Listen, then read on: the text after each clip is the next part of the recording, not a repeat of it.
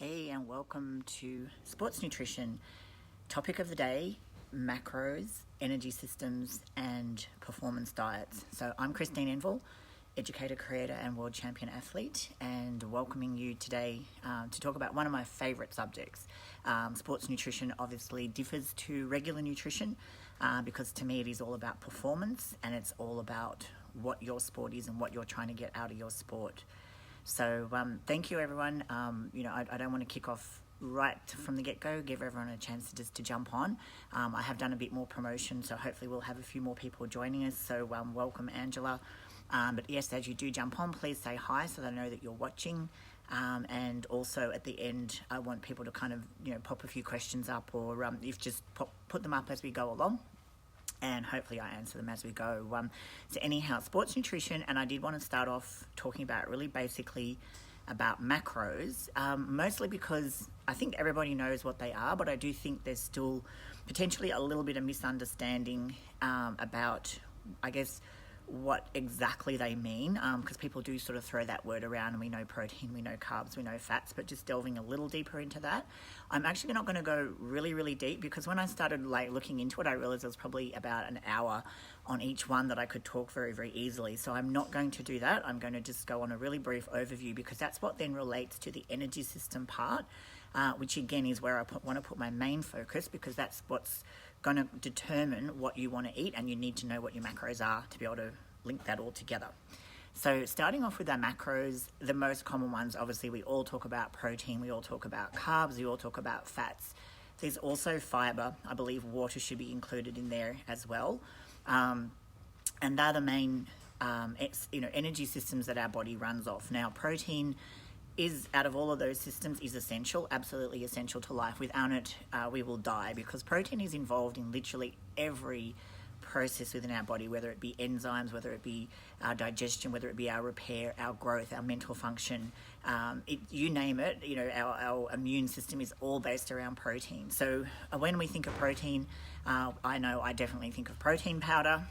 It's my life, but obviously with protein, it's one of those, to me, a little bit confusing, because people will say, I eat nuts as a source of protein, which it is, but they forget that it's also a good source of fats and carbohydrates. So I'll talk about, protein as a solo thing, but then also talk about it that you have to be aware of what else is in the proteins that you're eating, because that definitely is going to impact on how they fit into the whole system. So protein, as we know, is made up of amino acids. Every different food is a different sequence of amino acids. Our body needs 20 different amino acids, but 9 of those we cannot synthesize ourselves. So we need to consume those in our foods. And that's what we all know as the essential amino acids. So there was a little bit of an argument about whether it's 8 or 9, but I guess the scientists have agreed that there is 9, because histidine is not found normally in the adult human body. So we do need to consume that. Now, they also need to be consumed in different ratios, and unless your body gets them in that ratio, it can't really use them. Excuse me. Sorry, I should have had some water down here. But the good news is that the body doesn't have to kind of get them all at the one time. It can actually mix and match, and basically, they hang around waiting to kind of find a pair up, and then they match together and make that completion. So as long as you're not deficient in one of those essential amino acids for a long period of time, you're actually going to be okay. Sorry. Excuse me. A little bit croaky this afternoon. So with that, one thing I'm going to note right here, which is quite important to the energy system side of things, is that whilst the proteins are generally used for repair and growth and making your body function and run, they can also be used as a fuel system. So out of those amino acids, it's only leucine and lysine that can't be turned into glucose. They can only be put through the ketogenic energy system. All of the rest of them are either split up into ones which can only be turned into glucose, which is your gluconeogenic amino acids, and then there's the bunch of the other ones which will go either way. They can go through that keto cycle, or they can go through the glucose cycle and be used in either way. So that does become important when you're looking at energy systems. But just note there that it's leucine, which is obviously very, very familiar with everybody because of its role in muscle growth, and lysine glycine are the only two that can't be converted to be burnt as glucose. So protein, as I was saying, it's when I think of a protein food, something like chicken, beef, and I should say the lean versions of all of these, because as a bodybuilder, I tend to only look at the lean versions. Like I only look at chicken breasts, I only look at a lean, 90% fat-free steak, fish, which is quite lean, even though with a lot of the animal proteins, they are also a source of fat. They are not a source of carbohydrate, but they generally do have some source of fat with them. So you need to take that into account when you're looking at your overall diet and where your energy is coming from. So, for example, a protein powder is probably one of the few proteins which is like virtually all protein. But now you do have to be careful there, because when we started International Protein, you had to have a high protein product. If your product wasn't over about 85% protein, coming from a whey protein isolate, people really wouldn't look at it. But now I see a lot of proteins are down in the 60%, maybe 70%. So therefore there's a lot of other nutrients, macronutrients that are in that product, so that you're now needing to look at them as a source of carbs and a source of fat potentially. Maybe some people are putting a bit of fiber in, but in terms of a protein, you do really have to look at that label. You need to look at your nutritional panels and understand what a product is actually giving you. So that's your protein. I'm not going to say too much more about protein at this stage. As I said, I will go on another day and talk a lot more about it. Obviously, carbohydrates is the next. I mean, it's the biggest. It's the biggest one where traditionally, just through our natural diet selection, majority of our calories are coming from carbohydrate. Now, carbohydrate is. I picked up a little thing which said there's so many names that we break carbohydrates into, different classifications. So some of the classifications are simple and complex. And what that basically means is it's relating to the sugars and the way that the sugars are in those products. So much like a protein, which is made up of amino acids, all carbohydrates are made up of glucose or other sugars, because glucose is not the only type of sugar. So obviously there's starting off with monosaccharides and disaccharides. So things like glucose and fructose and sucrose. So sucrose is two different sugar molecules. Lactose is two different sugar molecules, so that's the galactose and the glucose. So you obviously, it's not as simple as just saying sugar, because it's a very, very broad group. And much, as I said, much like protein, it starts off as a smaller building block, and then depending on how those are linked together and which particular ones are involved, give it, I guess it's the way that the body treats it, whether it has to break it down further. So when we talk about, simple and complex, basically what that's saying is simple being, mono and disaccharides. Usually they're characterized by being very sweet. So it is things like, our sucrose and our glucose and our fructose that we're all very, very familiar with.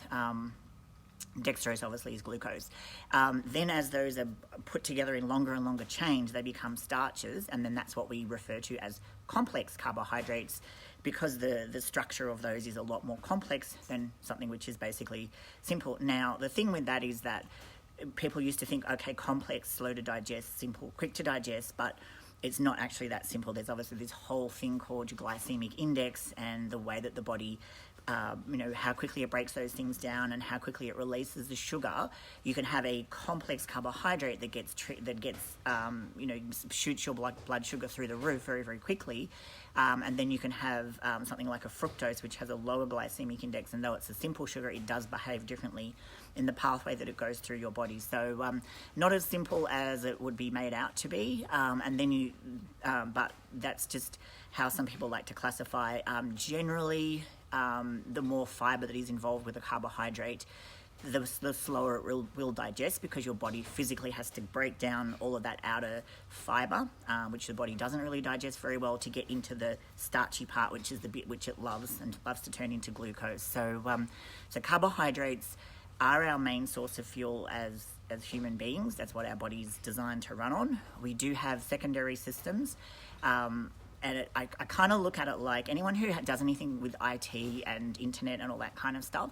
You have a main system for your internet, and it's quick because maybe it's broadband or fiber optic cable or something like that.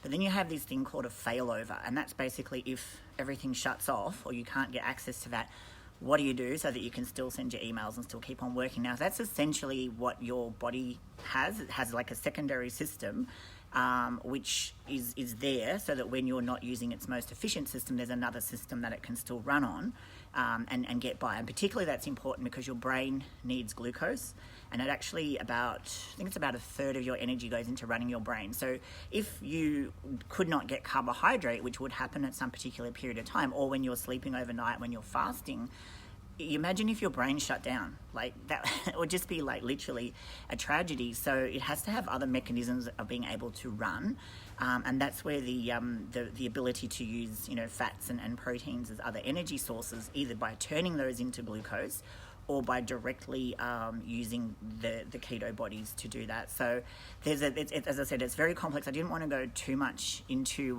the whole macro thing at this stage, other than to obviously say that they're not as simple as what we think, but they are a major source of energy, and it's our body's most efficient way of providing energy. And obviously when I'm talking about sports performance and athletic performance, it's all about efficiency.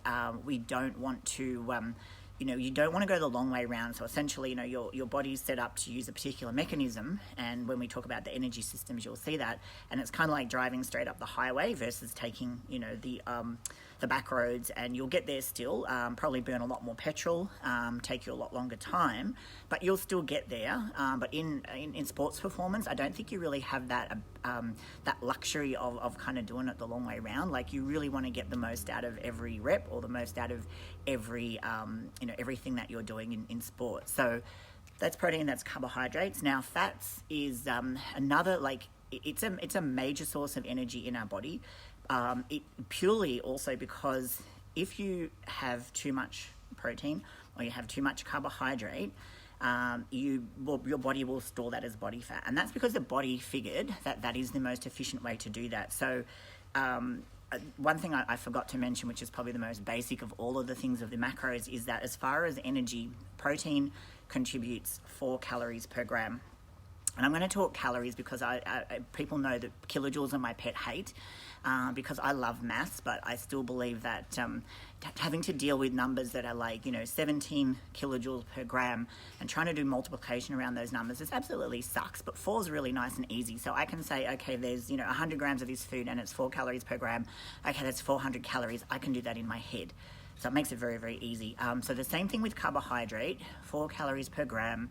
Fibers are down around about the 2 calories per gram, and it really, there's so many different categories within fiber that it's very hard to kind of pin it down and say, yes, that one has that, whereas protein and carbohydrates are a lot easier to say, okay, it's 4 calories per gram. Now, good old fat has 9 calories per gram. So essentially what's that saying is its body's very, very smart and was able to take other food that we eat and turn it into this format that basically stores twice as much energy per gram as what it did in its original form. So that is just the most smart, amazing thing in the world. Obviously, on the flip side of that, when you're consuming any fat, then you are getting a lot more calories with that fat. So you have to keep that in mind, particularly if you are following a higher fat diet, what that actually looks like in terms of the volume and in terms of, the satiety of a diet. Fat can slow digestion down, but at the same time, it can also speed up hunger because it has a way of lubricating everything in our mouth and giving us that desire to eat more. And then it can also play havoc with the digestion side of it and how long it takes to break down, but then also gastric upset. And I'll talk about that a little bit in relation to MCT oils. So much like your proteins and your carbohydrates, fats, it's not just fat. Fats are essentially made up of different triglycerides. So that's the smallest form, or not really the smallest form. It's the known form of a fat. But what that actually is, it's a structure which has what they call a glycerol backbone, and then it has these chains coming off them called fatty acids. So people talk about fatty acids. Those are that's like the chains, and that's what dictates whether something is what they call a long chain fatty acid or a medium chain, which is where your MCT oils fit in. So basically means that the fatty acids off of those are medium length, which is 12 to 14 carbon molecules. Don't want to go too technical here. But what that basically means is that glycerol backbone is what can get turned into glucose and used in that energy system, whereas the fatty acids have to get turned into ketone bodies to get turned back into acetyl-CoA to go into the Krebs cycle. So they kind of go down two different pathways. So when you're talking about fat, it's almost like fat gets used in two totally different ways, depending on which component of the fat. So fats are probably even more complex to me than what protein or carbohydrate is, because you've got that ability of it to kind of like pull away and become two different things and then come back together and reform with different fatty acids on it. And even some, as it kind of gets around in your body, can have, you know, a couple of chains and that, but I won't, as I said, I won't go into that. But obviously all of those impact the texture of the fats. It impacts whether it's going to be like an oil, whether it's going to be a solid fat. So all of those things, if anyone's ever wondered, like, why is coconut fat, like, you know, solid at this temperature, and that, you know, another type of oil is liquid at that temperature, it all comes down to what fatty acids are involved in that. But obviously your body takes those in, splits them all back down, puts them back together, splits them all back out again. So there's just so much complexity going on within the body, and that's why fats are really a slow source of energy, because it just takes so long to get them into the form that you need them to be in. So that's, you know,